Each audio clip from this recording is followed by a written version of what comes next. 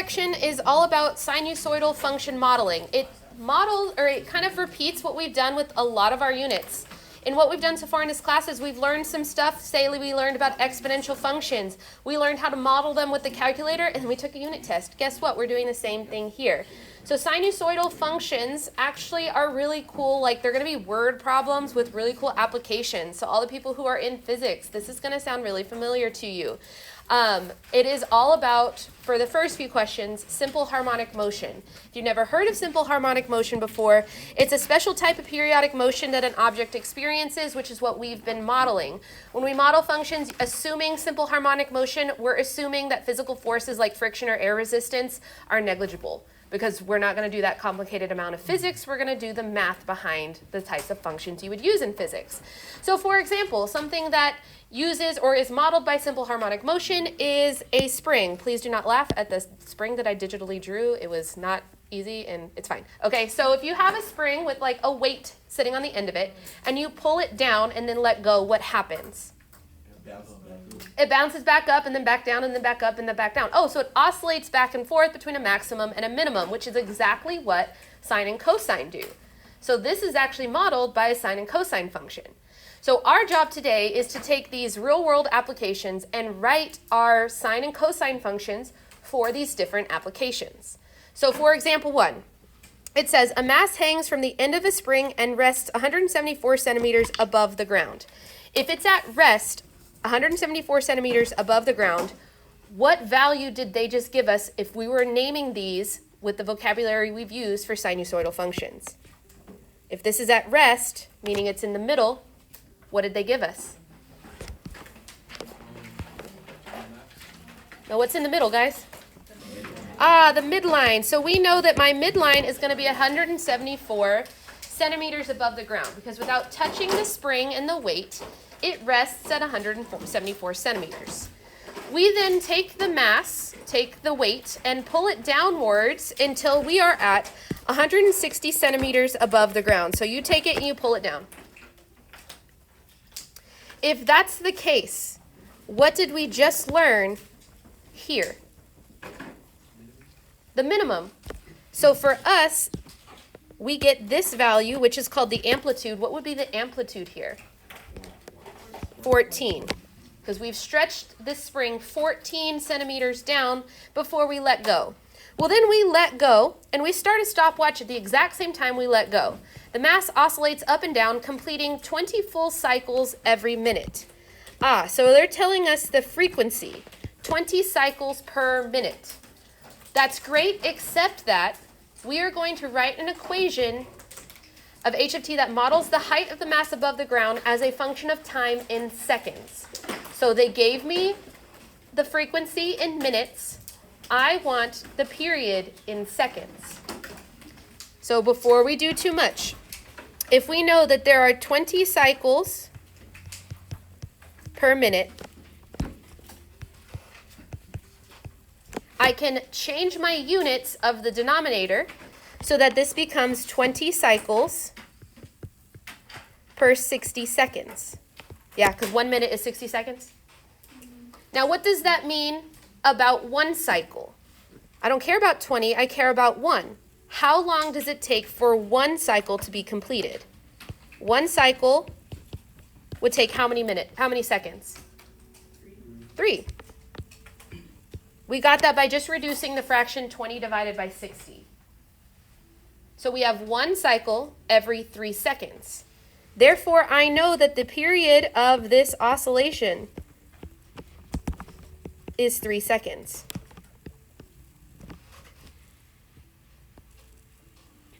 Now, we've got a ton of information here, and the easiest thing to do, in my opinion, is to make a really rough sketch of what's going on. So what I want you to do in these problems is I want you to set yourself up an input and output coordinate grid, labeling the input time in seconds and the outputs h of t for height in regards to time.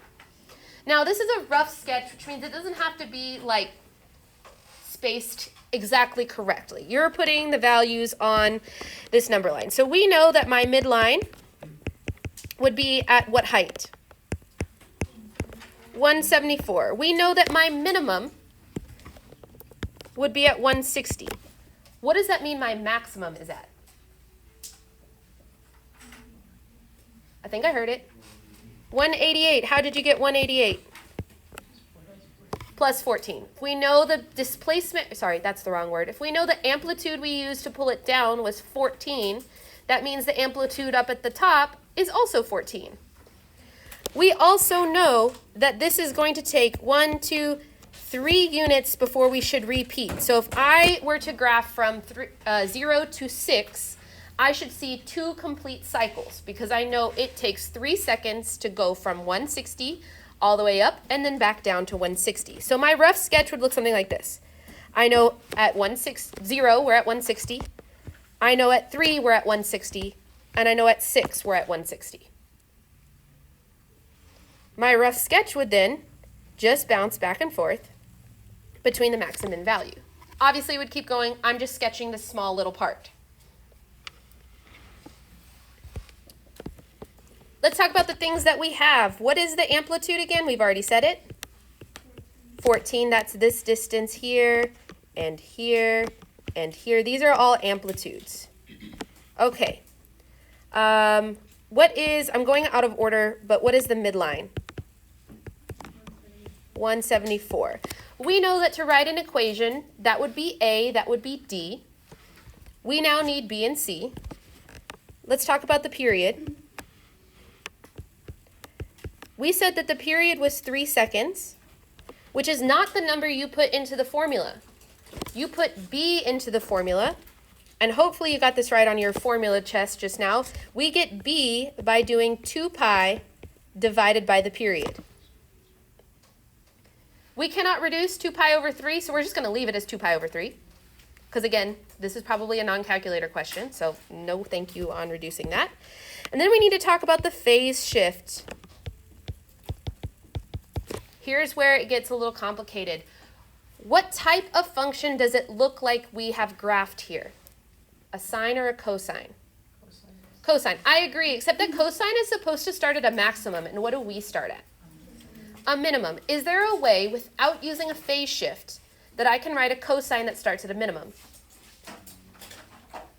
A reflection over the x-axis. Amazing. So here's the things we're going to tell ourselves. Do we need a phase shift? No, because we can write a cosine function with a reflection over the x-axis, which just means that the number in the very front of my function, which normally is amplitude, will just be a negative number. So we put all of this together into a function the way we wrote them last class. We would say that h of t, the spring moving, is equal to negative 14 cosine of 2 pi divided by 3 times t plus 174.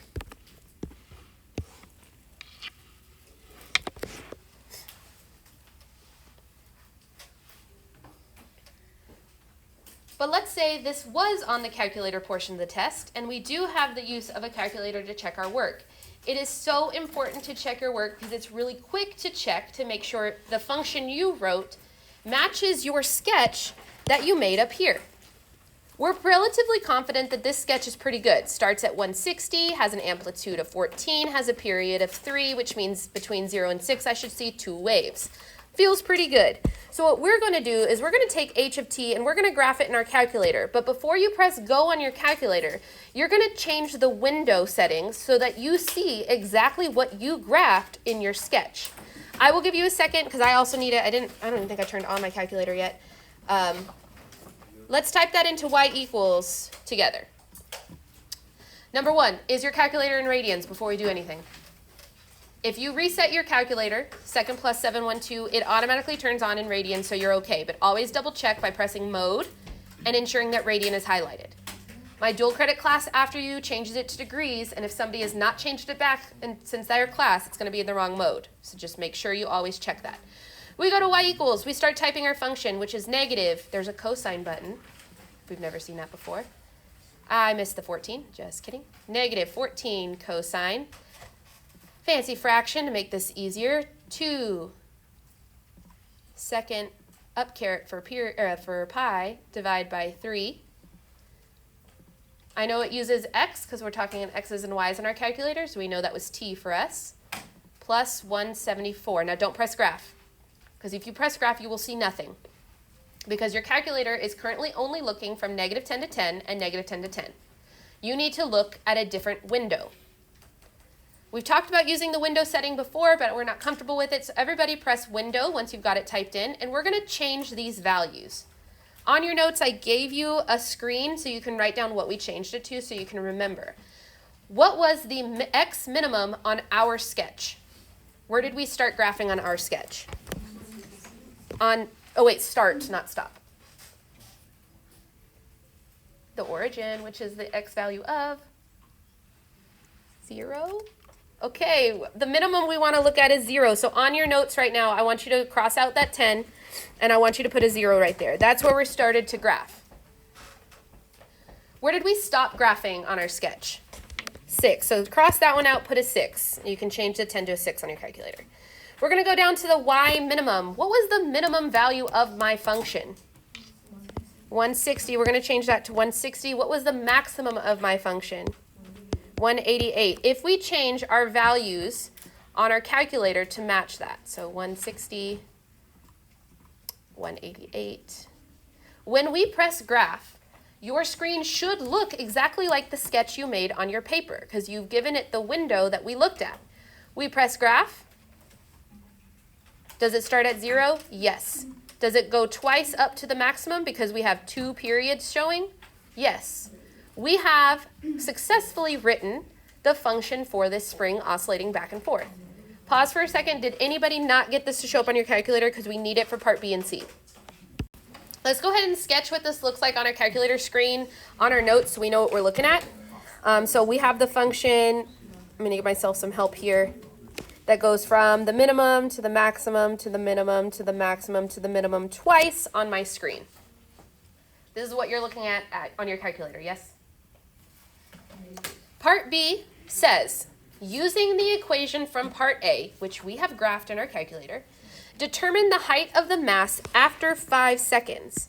So I want to know what's happening with this function at t equal to 5. That's the question here. If t equals to 5, what does h of t equal to? That's what I'm asking you. There are 2 ways to do this. You could take the number 5 and plug it in for t in this function and just press go on your calculator. Or, since we already are looking at a graph, let's use the graph to help us. We want to know the output when the input is 5. There is a function for this on your calculator. You're going to press trace, not second trace, regular trace. If you notice, once you press trace, the little turtle shows up, and it's telling you exactly what's happening right now for me at 3. I don't know what number yours chose. But what number are we looking for? Not 3, 5. So if we just press that number, like 5, it's going to say, all right, well, x is now equal to 5. Pow, here's your turtle on that coordinate point. That turtle is on the coordinate point 5, 5, 181. So again, 5, 181.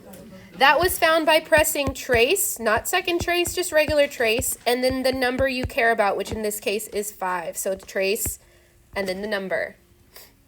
So it tells me that h of t is 181, but because this is a real-world problem, I like giving it units at the end. So the way I would like for you to answer this is 181 centimeters. That's the height of the mass after 5 seconds. Again, you could find this by taking the number 5 and plugging it in right here. This is the same thing. I find this faster since I already graphed it to check my work. Part C says, again, using the equation from part A, determine the time the spring would first rise to 180 centimeters. So basically, I'm trying to figure out, not a highlighter. I'm trying to figure out when the first time I get to the height of 180 centimeters.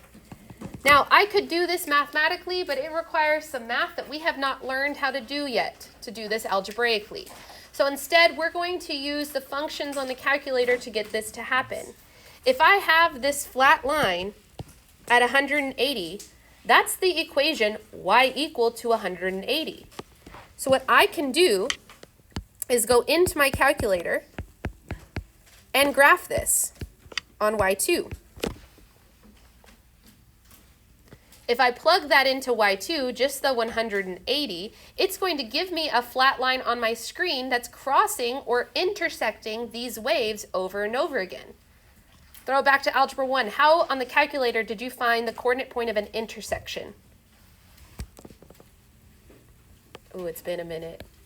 If I get you started, you'll probably finish it. Second, yeah, calc, which is second trace, second calc. What option? Intersect, which is option number 5.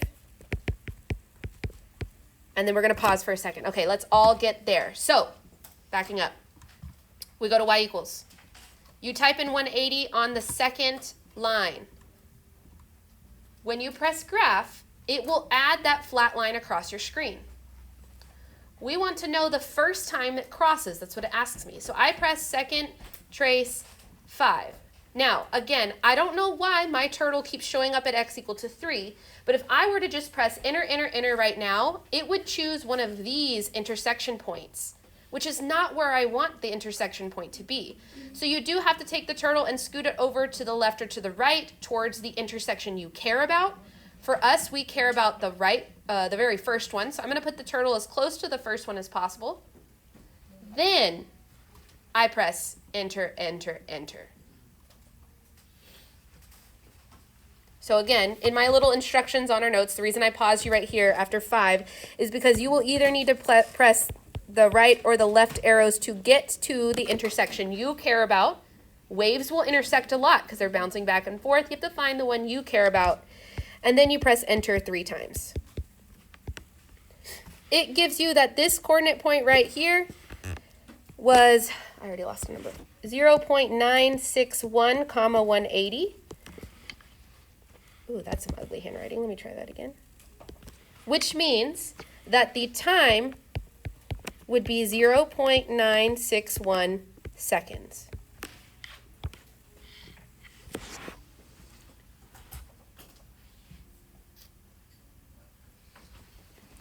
So these here are calculator buttons, just to make it look a little different.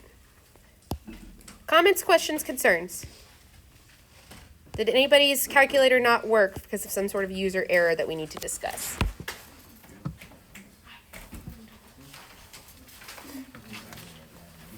Can we try another one then? Okay, new scenario. In our new scenario, a sinusoidal function T of t models average New Orleans temperatures in degrees Fahrenheit as a function of time t in months after January 1st. According to the model, the highest average temperature of 85 degrees Fahrenheit occurs about 3 weeks into July, or when t is equal to 6.7. The lowest average temperature of 55 degrees Fahrenheit occurs about half a year earlier. We're going to write a cosine function for T of t, which means we need a good bit of information. Let's start with what we know. In my rough sketch of what's happening here, this is time, this is temperature. I know that we are modeling for a full year, so I'm going to put 12 little tick marks. 1, 2, 3, 4, 5, 6, 7, 8, 9, 10, 11, 12. There's my full year from January 1 to December 31. It tells me that the maximum occurs 85 degrees, so I'll make my maximum of this sketch 85. And that occurs at about t equal to 6.7. 1, 2, 3, 4, 5, 6. Here's 6, so 6.7 comma 85 would be approximately right there. That's my highest temperature in New Orleans. Which if that's the actual highest temperature, we are living in the wrong place, because our highest temperature is like 117. I digress. Our lowest temperature is 55 degrees. And that occurs about 6 months earlier, half a year earlier. So about where should I plot this point? If this is at 6.7, where should I plot the lowest? So this is 6 months, 0.7. So if I want 6 months before that, where should I plot my lowest point? 0.7. Very good. So it's going to be like here-ish. That's about 3 weeks into January. So if you're like, what did we just do? This is 6.7. And so this is just like 0.7, 6 months earlier. That is all the information you're given. And it's enough to do what we did in the first problem. To find our midline, to find our amplitude, to find our period, and to decide if there's a phase shift. This time, though, it's not as helpful to look at the graph for all of this information. We're going to use the actual formulas. We'll start with midline. If we're looking for the midline, we know that the formula for midline is the max plus the min divided by 2. And we'll fast forward through that calculation. It's 70. So we know that my midline is going to be here through the graph. And that's at height 7 or temperature 70. What's the formula for amplitude? Yeah, max minus min. So if I'm finding the amplitude, I'm taking the same equation but just making it a subtraction problem on the top, which will fast forward that math, it's 15. Which also you can see 70 plus 15 is 85, 70 minus 15 is 55. That tracks. Let's talk about the period. We're talking about the average over a year. What is the period?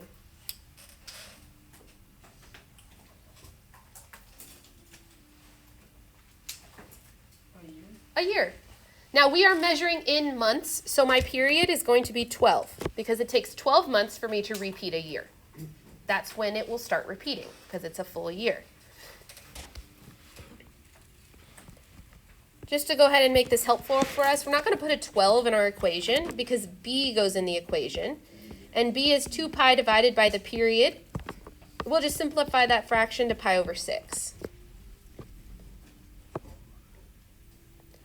Last but not least, we have to decide if there's a phase shift.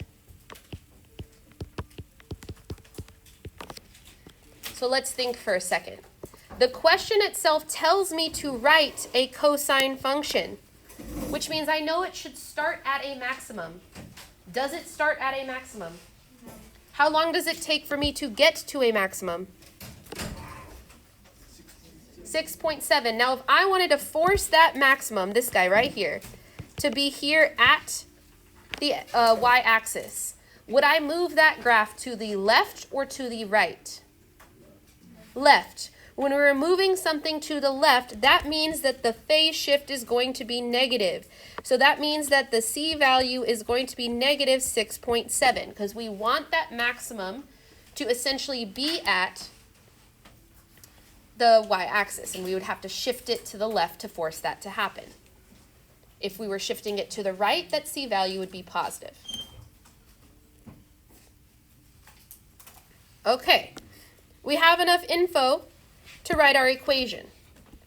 Our equation this time would be T of T, so temperature in regards to time, would be equal to 15 times cosine, oh, I didn't switch colors, cosine of pi over 6, open parentheses, T minus 6.7, close, plus 70.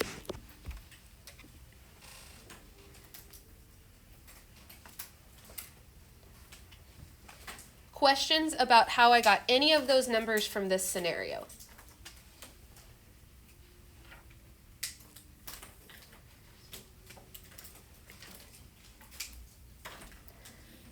So before we move on from this one, let's make sure that this makes sense to us. Our sketch is going to look, I guess I didn't connect my dots here. Our sketch is going to look something like this. So we should see one entire period from January 1 to December 31. Let's check a calculator and make sure that's actually what we see. Before I switch to my calculator screen, let's make sure we know the window we should use.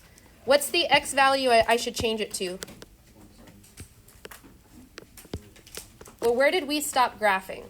Like if we were looking at our one entire period is how long? 12. So we could look at one period or two periods, but because of the way I printed your notes, we're just going to look at one period. So we're going to go from 0 to 12. What is my y minimum? 55. What is my y maximum? 85. Let's use that window to view what this equation would look like to make sure it matches our sketch, which is what we graphed. I'll give you a second to type all of that in and change your window settings.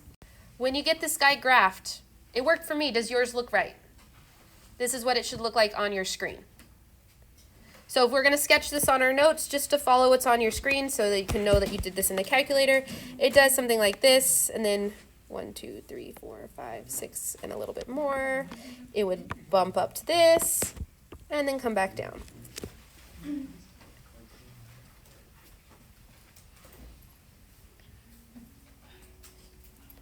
Okay, part B, if you read it, it says according to the model. So we're using the equation we wrote, or we're using the graph that we're looking at. What is the average temperature on the last day of October, meaning T is equal to 10? What did we do in the first problem that we can do here to fast track us answering this? Trace. So we press trace, it brings up the little turtle, and then you could move it left or right, but that takes forever. If we just press trace and then tell it to look at the value 10 and press enter, it's going to highlight the coordinate point. So this time it's trace 10, because that's the number we're looking at. It's going to highlight that coordinate point for us that this is 10, 67.653. So we're saying the average temperature for New Orleans on the last day of October is 67, let me write that correctly, T of 10, is 67.653 degrees Fahrenheit, which tracks because that's a pretty decent fall temperature.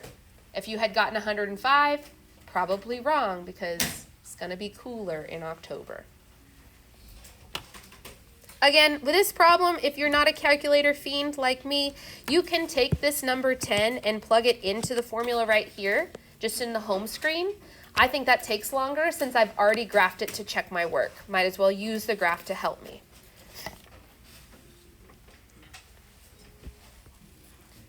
Questions, comments, concerns on this before we switch gears for a second?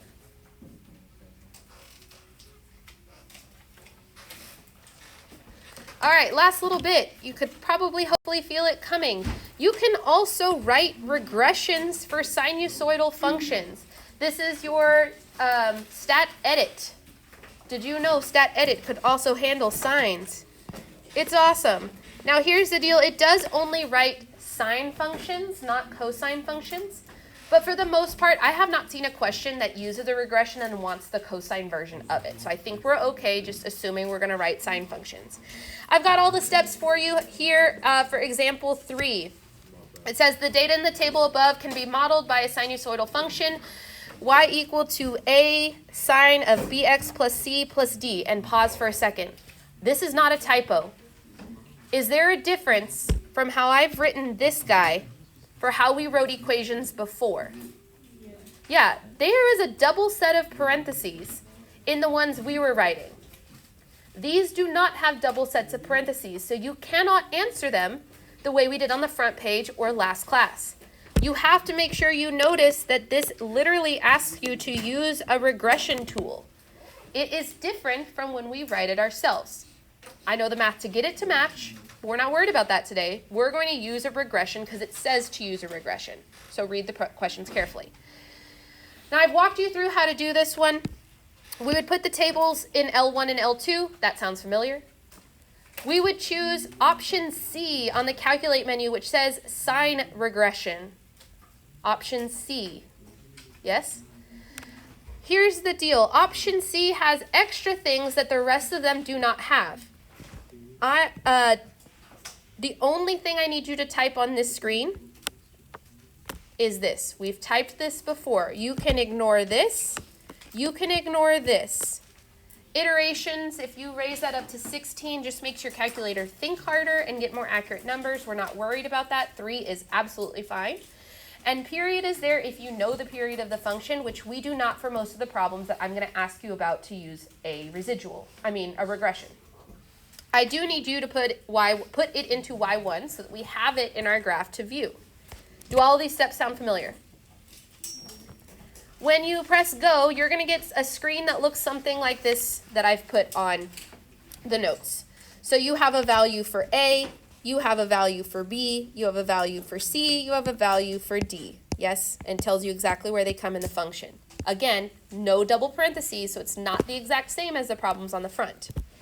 This question, though, asks me to determine the values of the amplitude, the period, and the midline. Let's go in that order. What is the amplitude rounded to 3 decimals?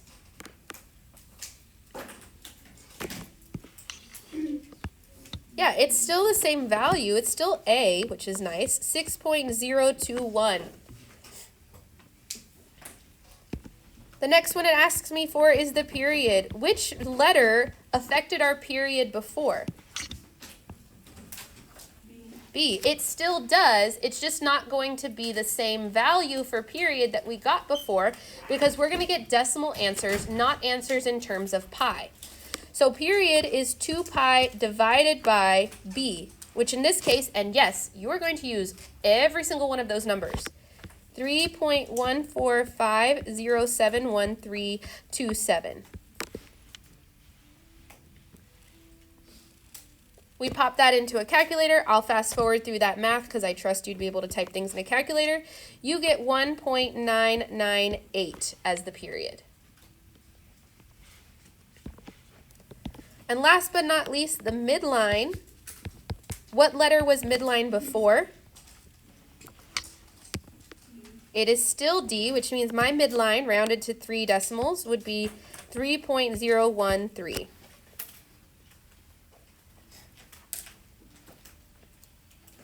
Make sense? Really pretty easy because you can write a regression the same way we've always written a regression. I'm going to let you guys already go and try this one. Example 4 should look familiar. We literally just went over this question and from your homework. But this time, instead of writing an equation the way I had you do on your homework, I'm going to have you take those coordinate points and use a regression to find the values, again, of the amplitude, the period, and the midline.